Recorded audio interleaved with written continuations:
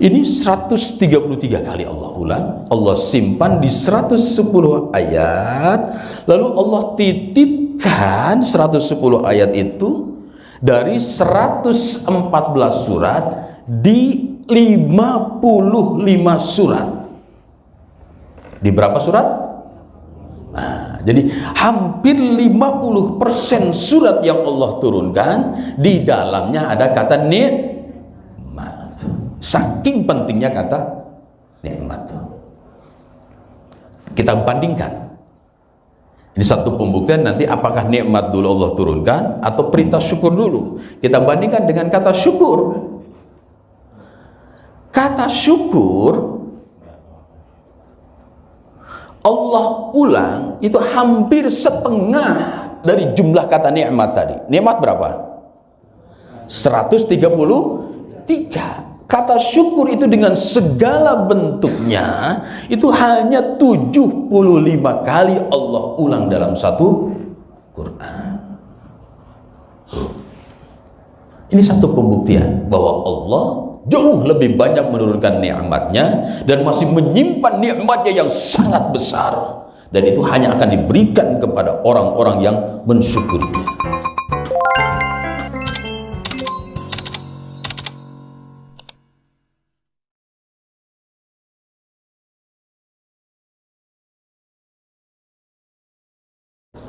Bismillahirrahmanirrahim. Assalamualaikum warahmatullahi wabarakatuh.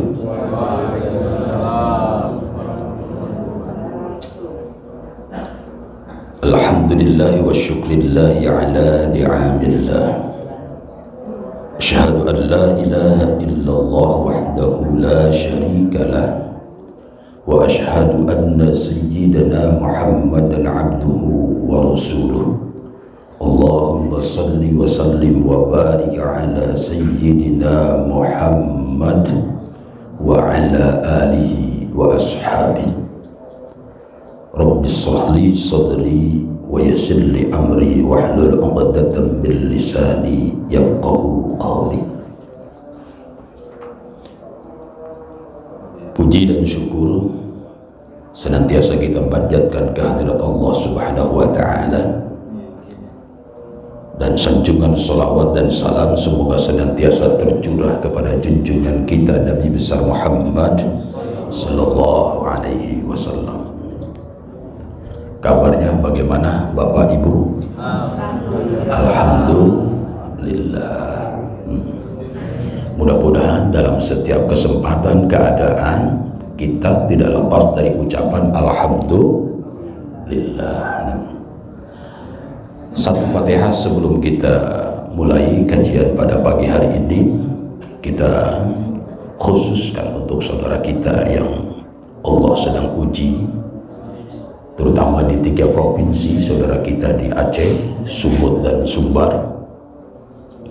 Semoga Allah memberikan kesabaran dan ketabahan kepada mereka dan kepada kita pula, dan semoga Allah ketika memang memanggil mereka yang Allah wafatkan, mereka diwafatkan dalam keadaan husnul khatimah, diampuni segala dosanya, dan Allah limpahkan aneka rahmatnya, sehingga Allah berwenang untuk menjadikan alam kuburnya menjadi raudhah min riyadil jannah. Al-Fatihah. A'udzu billahi minasyaitonir rajim. Bismillahirrahmanirrahim. Alhamdulillahi rabbil alamin arrahmanir rahim maliki yaumiddin. Iyyaka na'budu wa iyyaka nasta'in ihdinas siratal mustaqim siratal ladzina an'amta 'alaihim ghairil maghdubi 'alaihim waladdallin. Bapak Ibu yang dirahmati Allah Subhanahu wa taala, kita seringkali khawatir ketika ada gejala-gejala penyakit yang kita rasakan dalam fisik kita. Sudah mulai itu agak cemas-cemas. Misalnya jari-jari kita kok agak-agak kaku. Karena apa? Kebas atau kolesterol naik. Sudah mulai gitu ya. Lalu ketika ditensi kok darahnya naik dan lain sebagainya, sudah mulai cemas. Tapi seringkali ada yang kurang deteksi terhadap penyakit yang memang yang untouchable, yang tidak bisa tersentuh oleh medis, yaitu penyakit-penyakit rohani, penyakit-penyakit hati. Dan itu memang dokter secara umum, medis tidak akan sanggup, kecuali dokter itu nanti dia menggunakan juga rohaninya. Jadi contoh gitu loh, pernah ada kasus itu, ada seseorang dulu sahabat saya itu menderita penyakit yang divonis cukup berat menurut medis, dan dokter ya hanya melakukan ikhtiar saja, bahkan dalam hatinya sudah membuat satu kesimpulan, ini sudah sulit secara medis terobati gitu. Jadi tinggal menghitung kapan berpulang gitu. Tapi ada satu keajaiban yang memang akal tidak mampu menjawab itu. Jadi dideteksi terus, didiagnosa terus oleh dokter itu setiap saat, dan ini cukup lama diopname di sebuah rumah sakit besar di Jakarta. Namun memang ada satu rutinitas dari pasien ini yang bukan sebentar. Jadi sudah riyadhah, sudah istiqomah dalam dirinya, hanya kebetulan saja Allah uji dengan sakit itu. Jadi dia tidak berhenti berzikir, tidak berhenti melepaskan kewajibannya, bahkan tidak berhenti melepaskan amalan-amalan sunnahnya. Dalam kondisi berbaring tidak pernah lepas qiyamul lail, walaupun hanya dengan tayamum. Kebayangkan sama kita, kan nggak mudah itu, nggak mudah.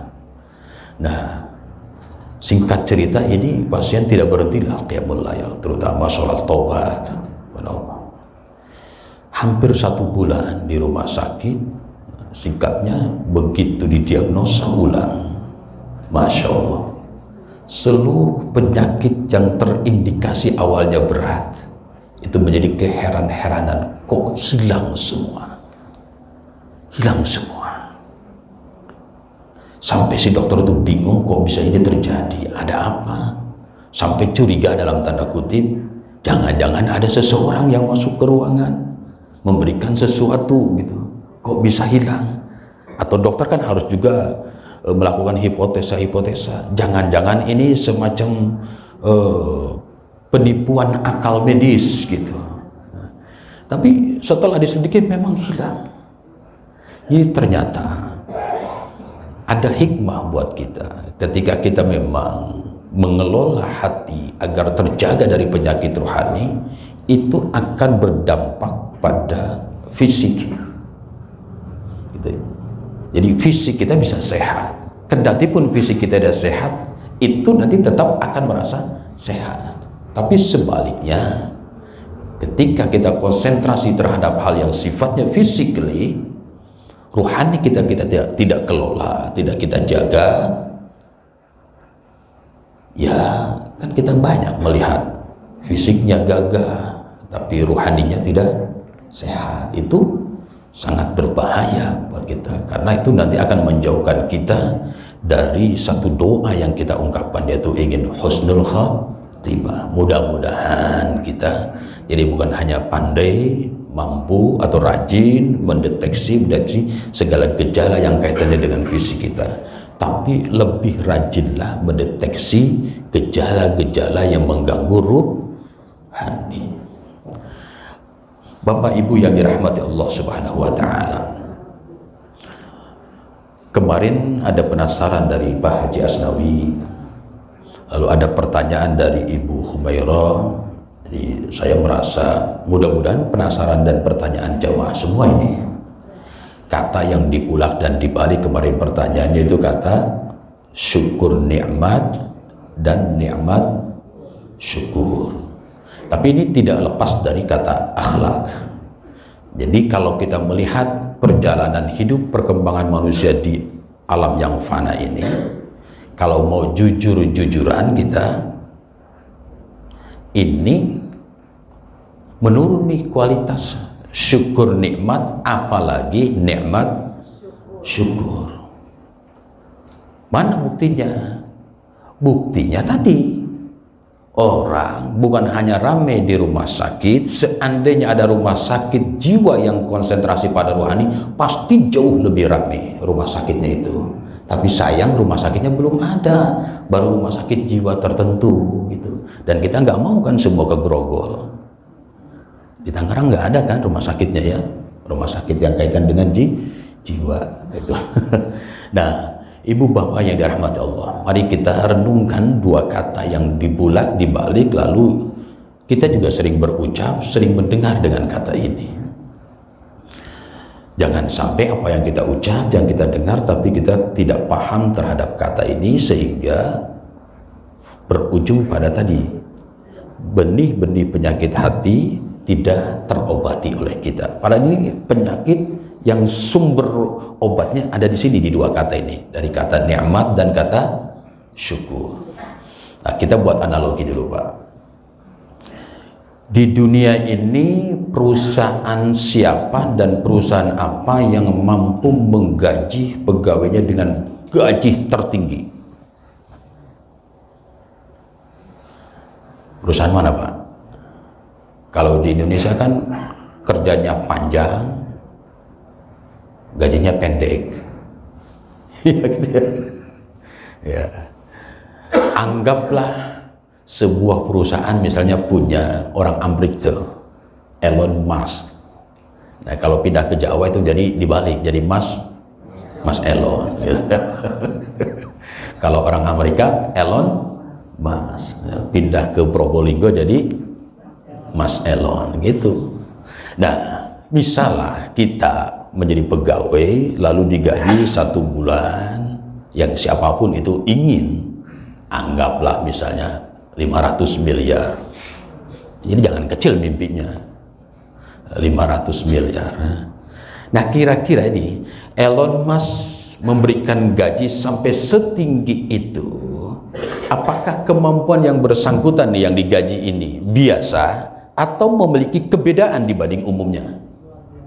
Pasti luar biasa, dan biasa di luar nalar orang-orang umumnya maksudnya. Jadi luar biasa dan biasa di luar. Sampai misalnya berani menggaji 500 miliar, jadi 2 bulan 1 T misalnya. Umpamanya gitu ya. Nah, pertanyaan saya yang kedua, gaji yang sebesar itu, apakah perusahaan berikan sebelum dia bekerja atau sesudah dia bekerja? Nah, setelah dia bekerja, minimal 1 bulan dia bekerja, dilihat etos kerjanya sesuai dengan agreement perjanjian, maka komitmen dilakukan, 500 miliar dibayar. Intinya keringat dulu keluar baru dibayar. Nah, kita bandingkan dengan yang maha memiliki pekerjaan. Kita bandingkan. Apakah perintah bersyukur terlebih dahulu Allah perintahkan kepada kita, atau memang nikmat terlebih dahulu Allah turunkan kepada kita? Syukur dulu perintah kepada kita, atau nikmat dulu Allah turunkan? Bersyukur dulu, terus kalau baru nikmat berarti yang disyukurinya apa? Nikmat. Tuh bedanya Elon Musk dengan Allah. Sekaya apapun orang terkaya di dunia, tetap menuntut orang bekerja dulu baru diberikan gaji. Tapi Allah maha bijak, maha kaya, Rahman Rahim. Nyambung ya. Nah, kesimpulan kedua berarti kita nih bersyukur, beribadah pada Allah, sama nggak seperti orang bekerja untuk perusahaan? Sama nggak? Sama nggak? Kan tadi orang bekerja di perusahaan Elon Musk, memuaskan perusahaan, kinerjanya, dibayar 500 miliar. Sekarang kita bersyukur, beribadah, taat, itu untuk yang punya syukur, untuk yang kita ibadahi, atau bukan?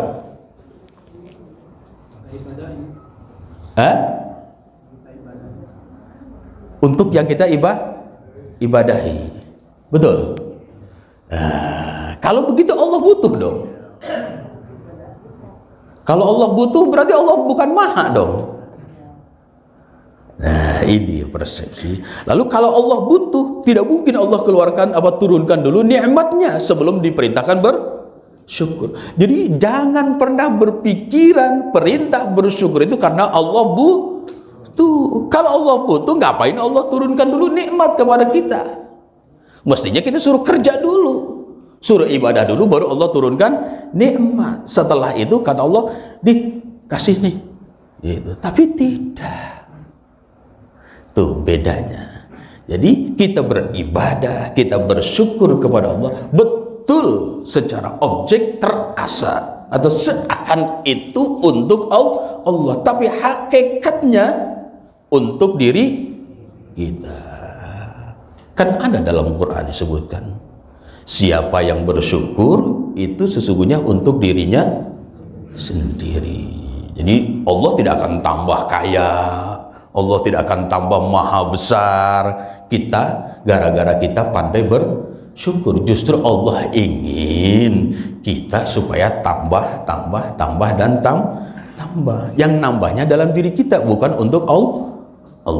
Itu yang harus kita camkan. Keberadaan dan perbedaan Allah sebagai Khalik dengan kita sehebat apapun sebagai makhluk. Nah, Bapak Ibu yang dirahmati Allah Subhanahu wa taala. Nah, kita buktikan ya bahwa nikmat itu memang jauh lebih besar, sehingga pantas dan wajar Allah memerintahkan kita bersyukur, dan bukan untuk Allah agar nikmat itu terus mengalir kepada kita. Kita buktikan di dalam Quran yang 6.000-an ayat itu, yang dirangkum dalam 114 surat dan 30 juz, kata nikmat yang sudah diserap oleh bahasa Indonesia itu dalam Quran diulang oleh Allah dengan segala bentuk kata nikmat. Jadi bisa ni'am, bisa na'im, bisa nikmat gitu. Jadi dari kata dasar nun, ain, mim itu Allah ulang sebanyak 133 kali dalam satu Quran. Berapa Bu, Pak?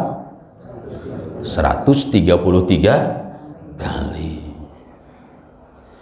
133 itu Allah simpan di 110 ayat. Salah satu ayat yang ada kata nikmat, yaitu satu surat yang menjadi wajib kita baca pada saat kita sholat.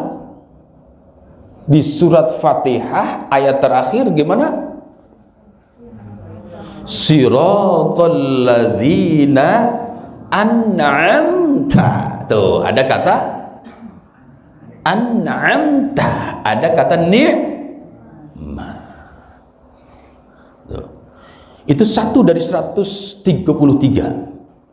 Allah simpan di 110 ayat. Jadi ada kata nikmat yang lebih dari satu kali Allah ulang dalam satu ayat. Ada juga Allah simpan sekaligus peringatan buat kita. Siapapun kita dan status sosial kita apapun di muka bumi ini tidak akan bisa lari dari pertanyaan ini, yaitu di surat At-Takatsur misalnya ayat terakhir. Apa tuh? At-Takatsur. At-Takatsur itu bukan pakai kasur, nggak pakai kasur. Alhaakumut takatsur ayat terakhirnya. Tuh kan, kita bingung kayak anak SD ya, dibaca dulu. Ya nggak apa-apa ya. tsumma latus'alunna yauma idzin 'anin na'im. Tuh ada ada kata kita nanti di yaumil akhir itu tidak bisa lari itu siapapun kita akan ditanyai tentang nikmat-nikmat yang Allah anugerahkan kepada kita. Maka kan itu sentilan di ayat pertamanya, alhaakumut takatsur hatta zurtumul maqabir. Bayangkan manusia itu sudah kerongkongan, sudah napas di kerongkongan, ingat dunia aja, hatta zurtumul maqabir, sampai ke liang kubur. Ya, biarin saja, nggak apa-apa, bermegah-megahan, tapi ujungnya harus bertanggung jawab atas nikmat yang Allah anugerahkan.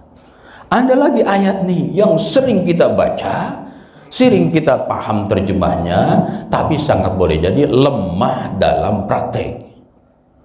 Misal di surat Ibrahim ayat 7.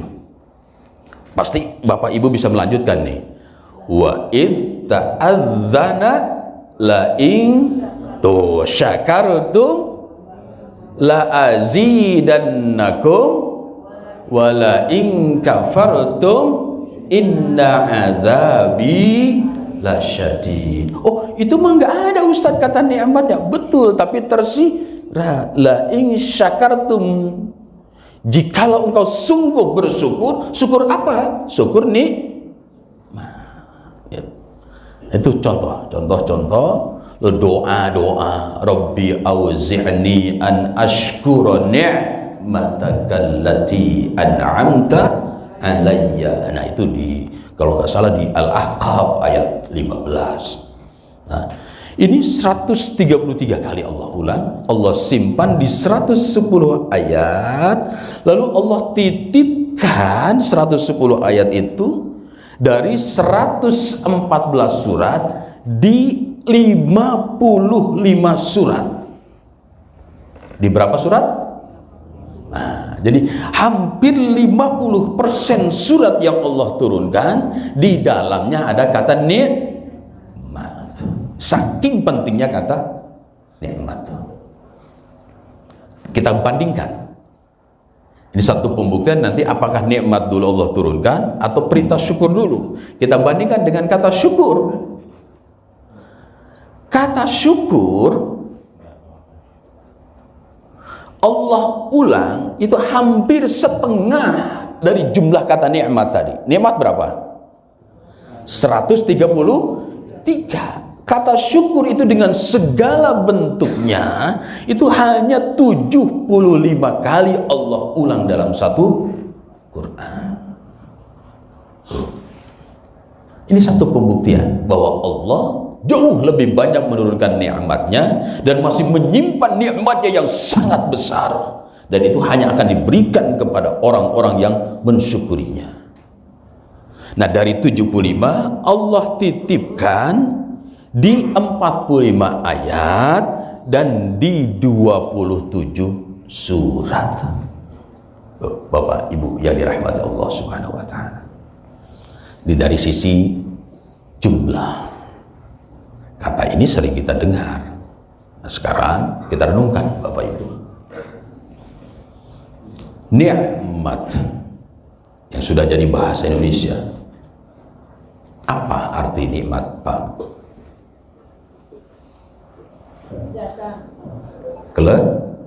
Kelezatan. Ada yang lain Bapak Ibu?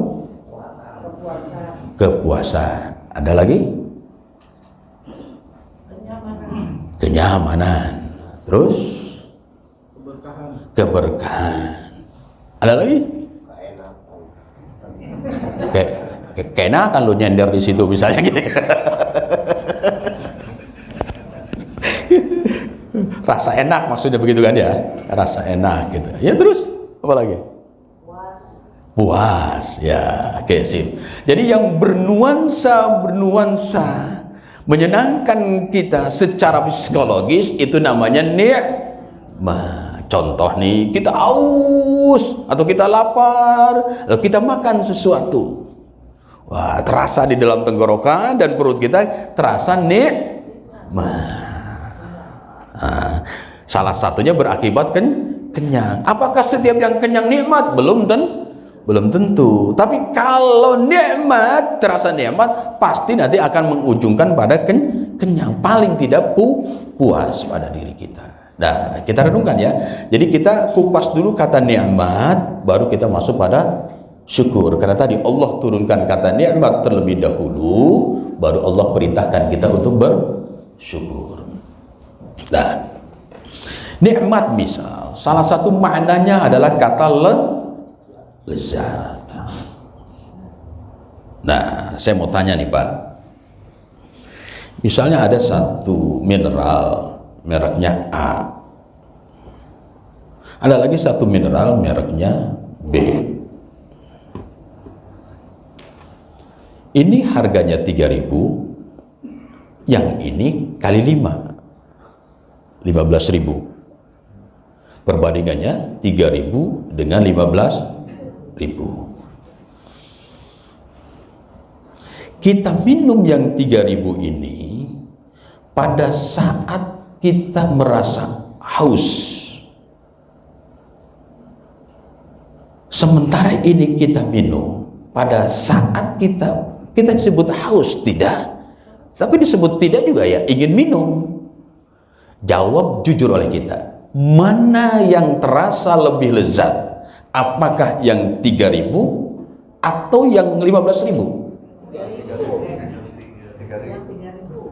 Saya ulangi, kondisinya ini butuh sangat karena kita haus, harganya hanya 3.000, tapi jelas sumbernya halalan thayyiban, halal lagi baik, ini pun juga halalan thayyiban, mungkin secara kualitatif karena price-nya lebih mahal, mungkin kandungan-kandungannya di dalamnya lebih baik, tapi ada kondisi psikologis yang berbeda, ini butuh sangat, ini biasa saja.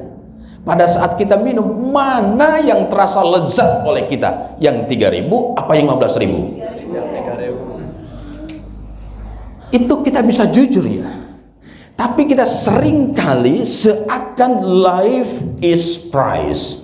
Seakan hidup itu adalah harga. Saking ingin membuat lezat sampai harga semahal apapun kita kejar. Ternyata untuk nikmat itu tidak harus dengan harga, tapi pastikan bahwa untuk nikmat itu bukan objeknya yang membuat kita lezat, bukan air mineralnya yang membuat kita lezat, tapi sikap kita terhadap objek. Yang suka keliru kita, objeknya kita anggap sebagai pelezat pada diri kita, padahal harusnya diri kita yang menginterversi objek ini agar ini terasa lezat. Semakin bersyukur maka semakin terasa lezat.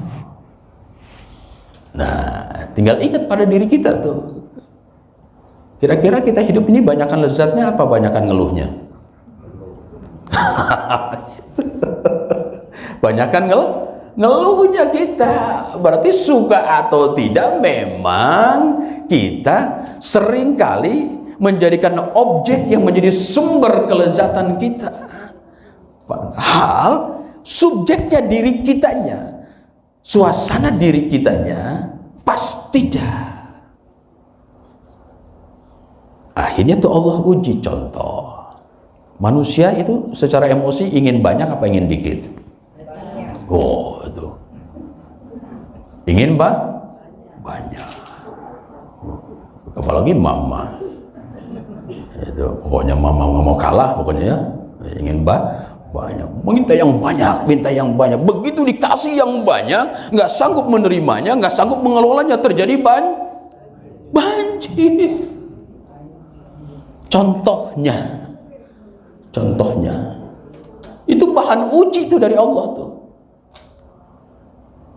Uji buat orang yang Allah uji juga buat kita. Tapi yang jelas, apa yang diturunkan itu selalu jujur. Air tidak pernah mengalir ke atas. Pernah nggak air mengalir ke atas? Tidak ada, hanya ikhtiar manusia sesaat misalnya ngambil air dari bawah, disedot pakai mesin, naik ke atas, setelah itu balik lagi kemana? Ke bawah. Tuh. Ya, kita belum masuk ke lebih dalam lagi ke tentang nikmat.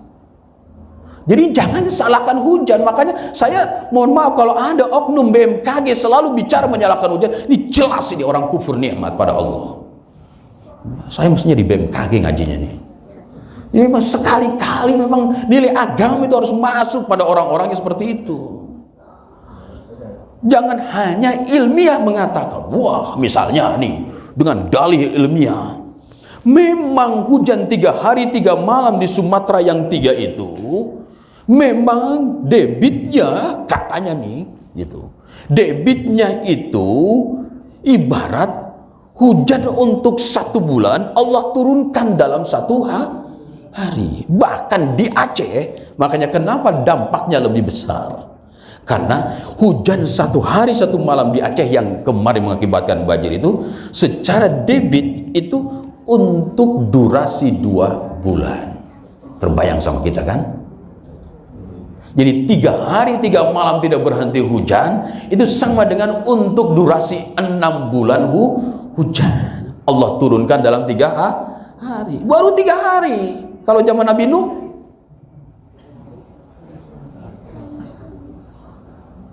aneh. Kok aneh ada analisis ilmiah hujan yang disalahkan? Ini Allah uji. Kalau yang berakal dia akan menganalisis.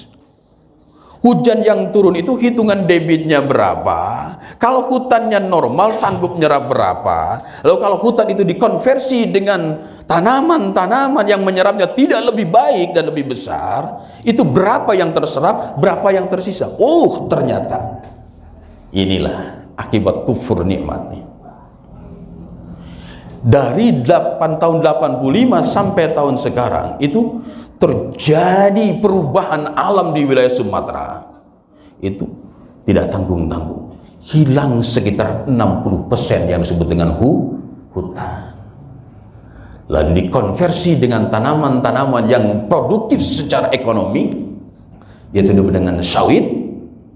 Ternyata daya serap sawit tidak lebih baik dengan hutan, sehingga wajar hujan yang tadi hanya 3 hari di Allah turunkan, karena hutannya digunduli, tanaman yang ditanamnya tidak mampu menyerap lebih banyak airnya, sehingga air yang di atas permukaan jauh lebih banyak, sungai lebih kecil. Pertanyaannya, yang salah siapa? Nah, itu yang Allah bilang bima kasabat aydin nas. Itu yang mestinya disampaikan, jangan salahkan tuh Bapak Ibu, ini bicara tentang, jadi ada renungan-renungan buat kita, ada tamparan-tamparan. Tapi orang Indonesia itu suka kagetan, begini semua nyanyiin lagu Ebit GAD. Begitu sudah berlalu nanti lupa. Gelondongan kayu mengalir semua nanti akan usut. Tapi nanti endingnya oke, gas gitu. Jadi aneh, kagetan orang Indonesia itu tidak menyentuh akar masalah. Untuk kita mah sentuh nih nikmat ini sampai akarnya, agar kita benar-benar bersyukur kepada Allah. Sampai jam berapa Ustaz? Sampai jam 7? Hah? Iya. Sangat. Oke, lanjut ya Bapak Ibu yang dirahmati Allah. Nah, kita masuk pada lezat tadi ya. Salah satu makna nih nikmat. Lezat itu, contoh nih, ketua DKM baru pulang umroh. Ustadz, tuh sholat tuh enakan di sini apa enakan di Nabawi? Nabawi sana seberang, maksudnya Banjar. Oh bukan, enakan di Nabawi.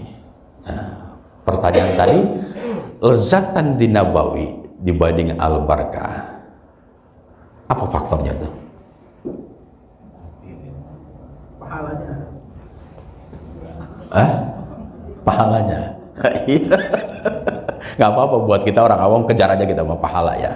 Siapa tahu dapat paha. Gitu. Hah? Itu rasa aman, rasa tenang itu suasana apa? Batin.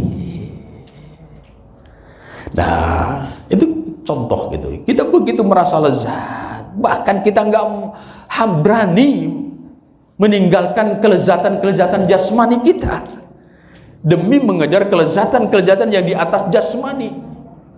Tapi di Indonesia perut agak lapar, masuk waktu sholat, makan dulu apa sholat dulu?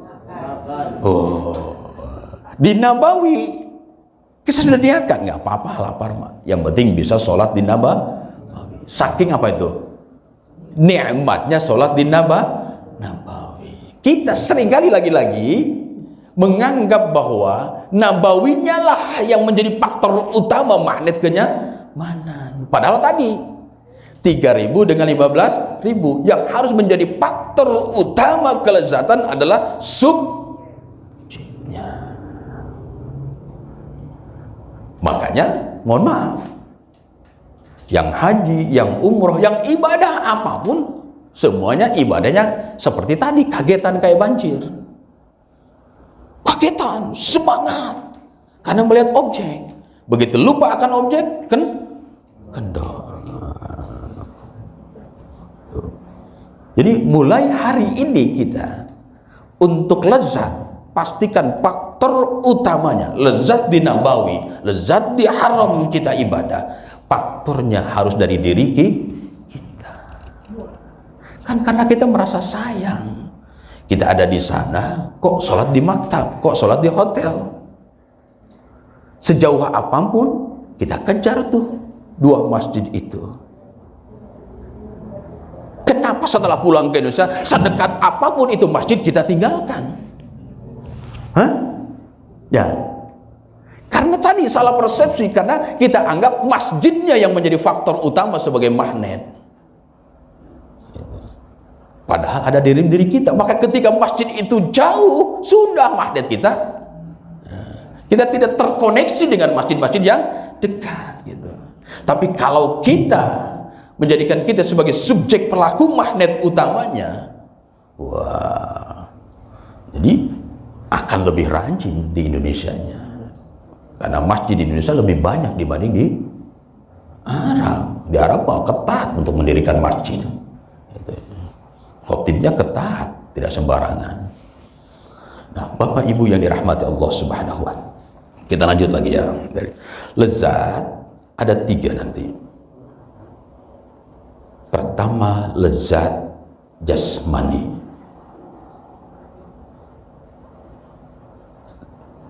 Contoh tadi, kita aus sangat, kita minum, apalagi ngambil airnya dari kulkas yang begitu dingin, melewati tenggorokan kita, terasa apa? Segar. Lalu kita bilang nikmat. Tuh, itu namanya kelezatan jasmani. Itu gak boleh berhenti di situ. Karena nikmat Allah itu lebih daripada itu, walaupun yang diturunkannya itu hanya berbentuk air. Tapi kalau kita ingin dianggap orang yang pandai bersyukur, tidak boleh titik merasa lezat di jasmani kita. Tidak boleh. Karena apa tadi faktanya? Ada orang yang berbeda merasakan level kelezatan. Begitu tadi dibandingkan, kondisi psikologinya berbeda, ternyata tadi kita simpulkan, harga tidak menentukan kelezatan, tetapi kondisi psikologi. Kita ambil contoh, misalnya ini bapak-bapak nih, itu Liga Inggris, Liga Champion, mainnya siang apa malam? Malam. Jam 2, jam 3 gitu ya. Itu sedang enak-enaknya apa itu? Tidur. Tidur kalau enak itu yang merasakan apa? Yang merasakan enak, yang merasakan lezat. Jasmani kita kan, badan.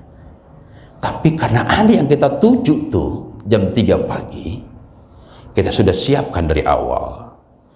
Alarm disiapkan, di setel jam 3. Bunyi alarm, kita bangun, langsung pegang remote TV, kita nyalakan TV, lalu kita tonton sampai 2 jam ke depan.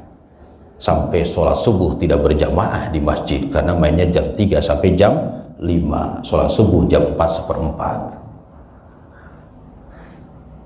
Apapun yang terjadi, apakah kalah apa menang dalam pertandingan itu tim jagoan kita, kita merasakan lezat jasmani apa nafsani itu pada saat nonton bola?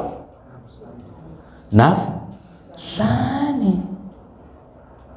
Jadi demi memuaskan kelezatan nafsani, nafsani itu nafsu, itu bisa mengalahkan kelezatan jasmani. Contoh tadi, ada nafsani kita yang haus sangat, yang harga 3.000 bisa mengalahkan yang 15.000. 3 jam 3 pagi yang mestinya lagi enak-enaknya tidur bisa kalah karena ada nafsu kita untuk melakukan sesuatu di jam 3 pagi itu. Ada nggak orang mengatakan, enak banget badan gua nih setelah tim gua menang bolanya nih? Ada nggak? Nggak ada. Pasti dia bilang lezat sekali, nikmat sekali, puas sekali kan kita ketika tim kita menang. Itu kondisi jiwa kita, kondisi jiwa kita.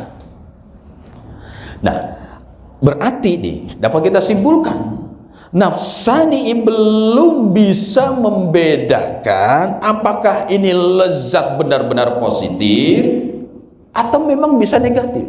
Pertanyaan saya tadi, nonton bola jam 3 pagi, ini kira-kira kalau kita mau bandingkan, banyakan positifnya atau banyakan negatifnya? Tapi kok puas kita ya? Nah, makalah gitu loh. Ini bukan target utama terhadap kelezatan. Allah taikkan levelnya, dan ini harus nyampe kita supaya betul-betul dianggap sama Allah nanti abdan syakura, hamba Allah yang pandai bersyukur. Jadi makanan yang kita nikmati itu jangan hanya sekedar makanan itu yang kita merasa lezat, tapi pastikan kondisi kita lezat menikmati makanan itu sampai lidah kita secara refleks mengatakan alhamdulillah. Ketika itu refleks mulut berbicara alhamdulillah yang hanya 2 kata itu, lalu ruhani kita berkata, ya Allah, terima kasih Engkau telah memberikan kenikmatan. Bukan ya Allah, makanan ini yang bikin saya nikmat. Ngaco. Pernah sakit? Pernah sakit? Pernah merasakan pahit mulut? Kalau dianterin makanan yang paling mahal dan paling enak dimakan, enak nggak? Itu baru kondisi fisik. Ketika memang alat rasanya itu hilang atau berkurang, semua yang kita anggap enak-enak ternyata menjadi tidak enak, menjadi tidak lezat, menjadi tidak nikmat oleh kita. Tapi kalau nikmat sudah level ketiga, yaitu kenikmatan ruhani, itu akan mengalahkan kenikmatan nafsani, apalagi kenikmatan jasmani. Nah, tadi beliau baru pulang umroh, bukan hanya sekedar Nabawi dan haramnya, Masjidil Haramnya yang menjadi magnet. Ada dorongan yang kuat dari kita, dari jamaah umroh, dari jamaah haji untuk beribadah di haram, karena di sana merasakan kenikmatan ruhani yang tidak ada tanding. Jadi tugas kita, karena nikmat Allah itu bukan hanya turun di Arab, bukan hanya turun di 2 masjid itu, di semua antero bumi ini Allah turunkan tuh tantangan kita, bagaimana Seluruh nikmat itu mampu kita rasakan kelezatannya sampai ke level ruhani. Berat apa ringan, Bu? Berat apa ringan, Pak? Berat. Kita contohnya, kalau mau jujur-jujuran nih, sholat kita yang rata-rata 3 menit sampai 5 menit, itu nikmatnya di level mana tuh? Jasmani, nafsani, apa ruhani?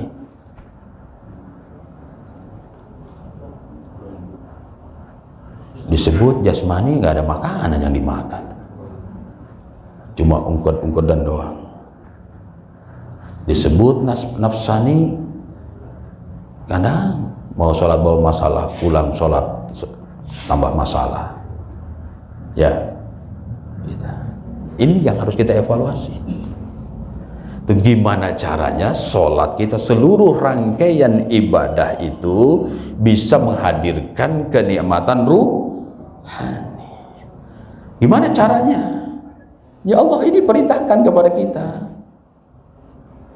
Dari nikmat yang Allah turunkan sekian banyak, dan Allah menyimpan jauh lebih banyak lagi, dan itu Allah untuk kita, Allah berikan untuk kita, bukan untuk Allah. Allah gak butuh. Sekali lagi, Allah hanya minta satu, bagaimana kita harus bersyukur. Nah, ada waktu sebentar lagi kita kupas syukurnya. Jadi kata puas, kata yang lainnya nggak kita kupas, ya baru kata satu. Nah, syukur itu apa, Bu, Pak? Syukur. Apa makna syukur?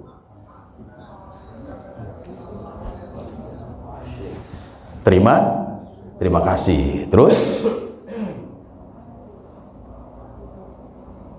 bingung kita ya. Ini sangat boleh jadi ini penyakit awal kita nih. Yang menjadi kufur atau naudzubillah kikir. Nih, kita ngaji nggak usah terlalu dalam-dalam lah, kita pakai aja. Syukur lagi-lagi sudah diserap oleh bahasa Indonesia, itu dari bahasa Arab yang di dalam Quran tadi 75 kali, di 45 surat ayat, dan di 27 surat. Syukur salah satu maknanya nih, mohon ingat-ingat oleh kita. Syukur itu menampakkan sesuatu dari yang tidak nampak menjadi nampak. Saya ulangi, syukur adalah menampakkan sesuatu dari yang tidak nampak menjadi nampak. Berarti yang dinampakkan apa nih? Nikmat. Karena yang suruh disyukuri tadi apa? Nikmat Allah kan, dan Allah sudah berikan itu. DP-nya kenikmatan itu, karena Allah nanti akan kasihkan lagi nikmat-nikmat yang lain kepada kita. Nah, untuk menjadi magnet penarik nikmat yang lain, Allah memerintahkan kepada kita dengan bahasa Quran yang disebut dengan la in syakartum, tampakkan dong, syukuri dong, gitu. Kalau ditampakkan, terlihat apa tidak? Terlihat apa tidak? Terlihat oleh kita. Hati-hati di sini. Allah tetap akan menjadi uji kita. Nanti jangan sampai bias syukur dengan ria. Setelah kita tampakkan ke permukaan, bukan untuk dipamerkan. Tadi rasakan kelezatannya ini. Kan nikmat ini kita tampakkan, rasakan kelezatannya sampai ke level ruhani. Seluruh nikmat jangan hanya dikenal yang disebut dengan mindset kita yang disebut materi. Jangan. Contoh, ini hadis sering mengingatkan, ada 2 nikmat yang sering kali diabaikan oleh manusia, yaitu nikmat senggang dan nikmat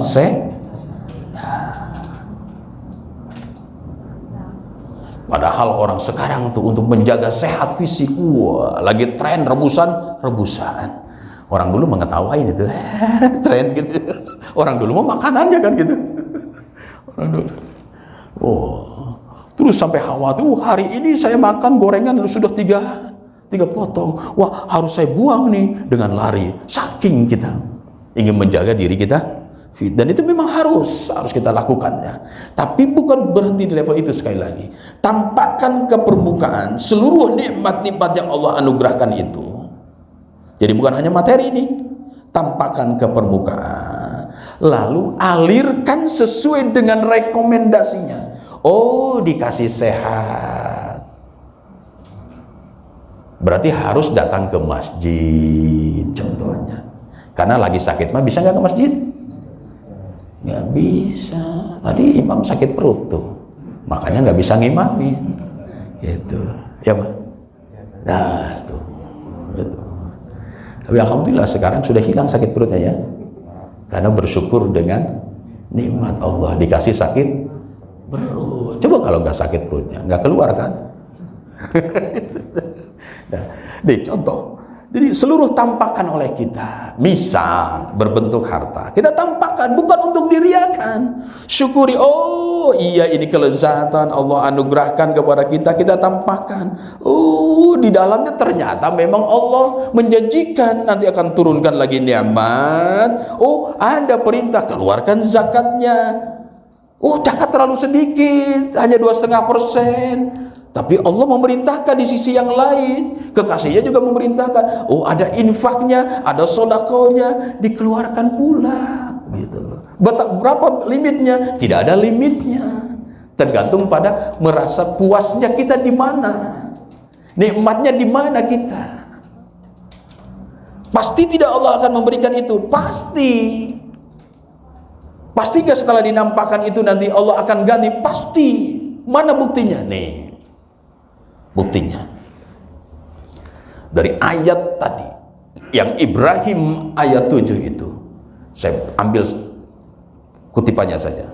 La azidannakum, apa artinya?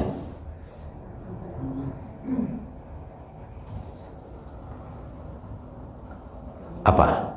La in syakartum la azidannakum, apa artinya? Nih, supaya tergugah rohani kita sedikit renungkan itu, petikan ayat itu. Itu ada lam. Itu lamnya ada lam jawab terhadap la in syakartum, ada lam juga kan? Itu lam qasam, lam sumpah, yang bersumpah Allah, maka pasti Allah berjanji, maka itu jawab oleh Allah, pasti la azidannakum, bahasanya alif bukan la nazidannakum. A-nya itu adalah aku, yang bilang aku siapa? Allah. Bayangkan, Allah tidak menggunakan media yang lain untuk menambah nikmat kepada kita, langsung tangan Allah yang akan turun kepada kita ketika kita mampu menampakkan kelezatan-kelezatan tadi ke permukaan. Maka ketika kita mampu menampakkan ke permukaan, oh dikasih sehat, ada mulut, ada bibir, Allah perintahkan untuk bertutur kata yang baik, tampakkan ke permukaan, jadi tutur katanya baik. Oh ada bibir untuk senyum, maka tampakkan senyum, tapi jangan terus-terusan senyum. Gitu. Senyumlah pada tempatnya sebagai wujud syukur. Maka menjadi heran kalau kita dikasih bibir, dikasih sehat untuk senyum, malah jadi baut. Baut itu bahasa Indonesianya apa ya? Cemberut, manyun dan lain sebagainya gitu. Jadi syukur itu begitu banyak gitu. Kita tampakkan, oh Allah kasih tenang, Allah kasih bahagia kita, walaupun rekening menipis, tapi kok ini tambah bahagia. Tampakkan. Makanya lihat orang syukur itu wajahnya tidak akan pernah murung. Maka kalau orang murung terus pasti pasti tidak syukur. Orang murung terus pasti ngeluh mulu hidupnya kan? Ngeluh mulu. Kenapa? Ini penyakit kita nih. Manusia itu tadi serakah, ingin banyak, begitu dikasih banyak nggak mampu nanganinya. Contoh nih, kita minta sama Allah 4, Allah turunkan 2. Tadi mintanya berapa? Allah kasih dua. Jujur pada diri kita, yang sering kali terjadi pada rasa hati kita, dua sisa yang belum nyampe, apa yang sudah nyampe yang ada dalam benak pikiran kita. Tuh bodohnya kita di situ. Faktanya itu. Jadi kalau Allah itu maha gedek, gua pites juga loh, gitu kata Allah. Ini udah diturunin dua. Itulah penyakit kita dalam hal apapun. Selalu membuat target di awal dengan kuantiti bukan kualitas. Ketika target itu tidak tercapai, yang kurang itu yang dipikirkan, sehingga kita menjadi kufur bukan syukur. Padahal rekomendasi agama kan tadi nikmat apa arti? Salah satunya puaslah. Puaslah terhadap hasil. Minta betul, minta 4. Allah maha tahu di balik rahasia doa kita itu. Allah turunkan 2, jangankan 2, 1 saja Allah turunkan. Nikmati itu. Rasakan kelezatan yang satu itu. Puaskan hati kita terhadap yang satu. Nikmati, munculkan ke permukaan sebagai wujud syukur. Contohnya, kok cuma 1? Tanya pada diri kita, saya lagi aus, kerongkongan, kering tenggorokan. Tanya pada tenggorokan kita, ini air 1 gelas kecil ini cukup enggak setengahnya saya minum lalu menghilangkan rasa haus? Cukup enggak? Sangat cukup. Tapi manusia penyakitnya, padahal butuhnya cuma setengah botol kecil ini, 1 yang datang, 3 yang belum datang, selalu dipikirkan, malah bertanya-tanya, bersangka pada Allah, kok yang 3 mana ya Allah? Kan saya mintanya 4. Padahal Allah sedang menguji kita. Syukuri deh ini. Nanti jangankan 3, berapapun akan saya turunkan. Tapi sanggup gak kamu tambah syukur kepadaku, kata Allah. Makanya lihat tuh bahasa agamanya tadi, bahasa Qurannya la azidannak. Nunnya ada tasdidnya gak? Ada. Bukan sembarang tasdid di sana itu. Nun taukid namanya. Nun penegasan. Jadi Allah pasti menambah kepada kita. Tuh tampakkan Pak Ibu, tampakkan ke permukaan. Terakhir waktunya habis. Biar syukurnya kita pol. Jadi bukan hanya sekedar kita tampakkan. Nah bedanya dengan pamer, kalau orang pamer tampakkan cuma bahasa Jermannya ngabibitan. Hanya pamer-pamer, hanya membuat orang iri. Tidak, tapi kalau orang yang syukur dia tampakkan, dia tebarkan. Sebagai magnet-magnet pengundang nikmat Allah nanti yang lainnya. Maka ada makna syukur yang kedua. Syukur itu makna yang keduanya adalah selalu menerima dengan perasaan hati bahwa yang diterima itu selalu banyak. Nih tadi minta 4, turunin 1. Bisa enggak? Dan harus bisa. 1 itu kita anggap banyak. Kan tidak mudah kan? Karena turunnya cuma 1 dan kita harus menganggap ini banyak 1. Maka tadi qanaah, rasa menerima diri itu harus ada dalam sifat diri kita. Tanya tadi, kita butuhnya berapa dari 1 itu? Butuhnya setengah, butuhnya 1/3. Berarti ini banyak. Maka otak kita jangan kuantiti. Kalau kuantiti jumlah pasti materi. Kalau materi pasti dunia. Kalau dunia pasti fana. Tuh, terakhir. Waktunya habis. Terakhir. Nerima banyak, tapi kalau kita keluarkan harus selalu merasa sedikit. Tuh syukur itu. Jadi dibalik. Oh dapat 1, tiba-tiba ada orang datang minta dong. Apa yang sering kita bilang? Minta, gua aja cuma 1. Kan gitu kan? Itu kan? Nah, orang syukur itu justru dia akan senang. Oh, saya dapat 1. Kok tiba-tiba Allah utus orang minta? Lagi-lagi, tadi saya butuhnya cuma 1/3. Yuk, kita bagi 2. Bahkan bagi 3 juga bisa. Tuh. Maka selalulah memberi dengan merasa bukan hanya senang, selalu merasa sedikit. Oh, sudah infak nih ke masjid 100 juta, harus selalu merasa sedikit. Karena dari rekening masih ada 7 miliar. Oh, 1 juta dibanding 7 miliar masih sedikit nih. Begitu. Contohnya. Demikian, mohon maaf. Waktunya habis. Offset, mohon maaf Ustaz. Ya, mohon maaf atas segala khilaf dan kekurangan. Sekali lagi, siap bersyukur? Lahirnya siap, batinnya siap. Jadi syukur harus sampai ke level ruhani. Semoga Allah senantiasa merahmati kita semua. Wallahu a'lam bishawab. Wassalamualaikum warahmatullahi wabarakatuh.